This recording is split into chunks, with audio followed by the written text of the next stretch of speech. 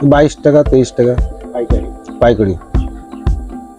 সকাল থেকেই কিনছি? সকাল থেকেই কিনছি। এখনো পর্যন্ত কত মন কেনা হলো?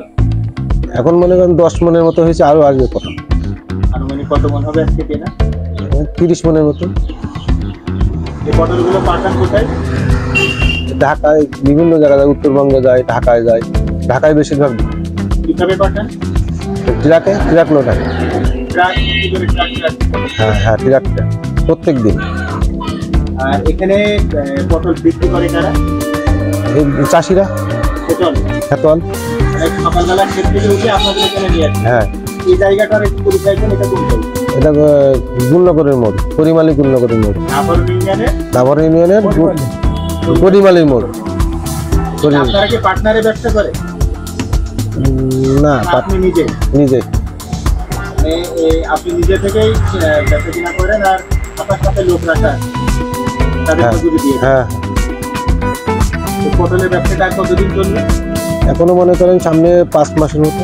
এখন তো 12 মাসই চলে। 12 মাসই চলে। 5 সিজন ধরে এখন 5 মাস আর সামনে 4-5 মাস, আশ্বিন মাস পর্যন্ত চলে। আপনার নাম কি? আমার নাম প্রদীপ দেবনাথ। বাড়ি কোথায়? জারোপালে। আমাদের নির্বাচন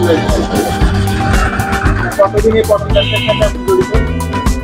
মনে করেন পটলের ব্যবসায় আছি প্রায় 15 বছর। 15 বছর। মনে করেন যে 1 বছর ফেটে আপনার দেখা যাচ্ছে 2-3 লাখ হয়তো লস থাকে, আবার কোনো বছর লাভে থাকে। কোনো গাড়িতে আপনার ধরেন 10,000 গেল, আবার পরের দিনে 5,000 আসলে, আবার কোনো গাড়িতে 30,000 50,000 চলে যায়, আবার আস্তে আস্তে ওঠে। এইভাবে লাভই আসবে এমন কোনো সিস্টেম নেই।